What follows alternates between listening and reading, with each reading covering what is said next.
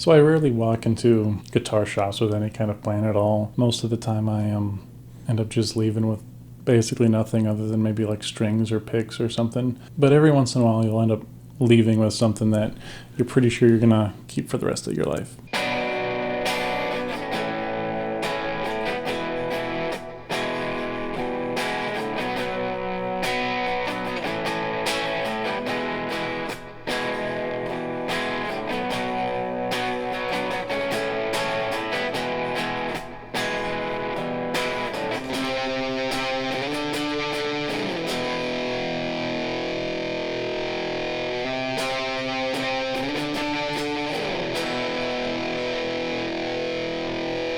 Well, if you are unaware, this is a Teisco ET-300. Not exactly sure what year this guitar is. It's somewhere between like 63 and 67. I'm assuming there's no serial number or anything on here. The 300 is an indicator for the fact that this has 3 gold foil pickups on here. Despite how they look, gold foil pickups aren't actually humbuckers. They're a single coil that are considered to be like low fidelity. They don't have a lot of high end. They're very low output, so they're like not the hottest sound in the world. They're basically like the antithesis of like a Jazzmaster pickup.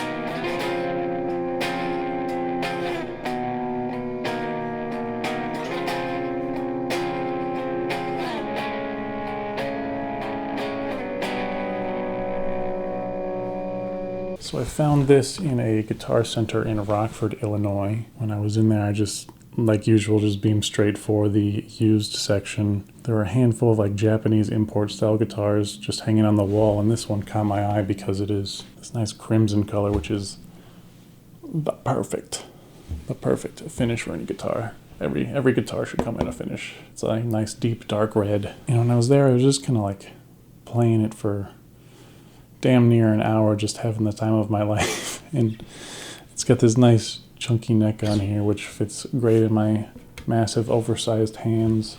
And this tremolo system works quite well. It doesn't go out of tune as easily as you would assume a cheap import guitar would.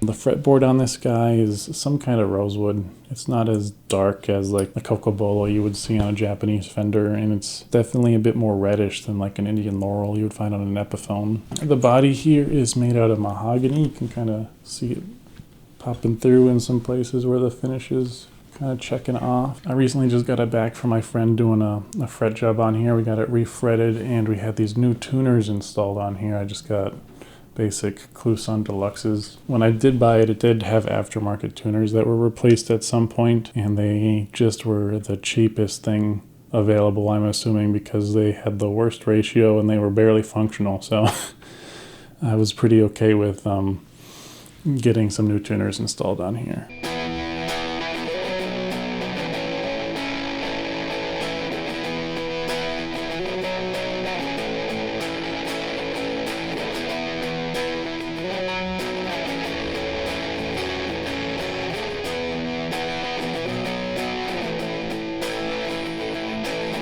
When I look online for other ET-300s, I'm not seeing a very consistent feature set. There are some on there that have like a truss rod adjust on the heel. This one doesn't have a truss rod in it at all. I'm basically changing the give on the neck with what string gauge I'm feeling at the time. Yeah, but there's some that have a very different heel joint on here as well. Some that are a bit more shallow with a 4-bolt neck, kind of like what you'd see on a Fender. This one has a 5-bolt, but yeah, I'm assuming they were just kind of using whatever hardware was available at the time and what was the cheapest. There's quite a variety of ET-300s you could find out there.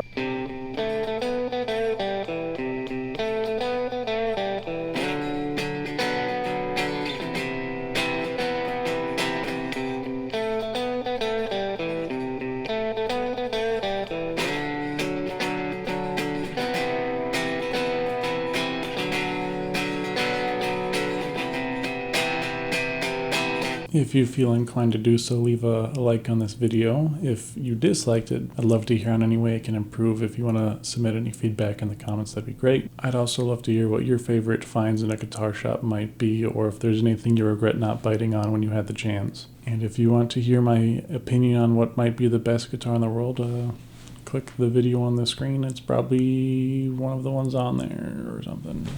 Something about like a offset Telecaster or something.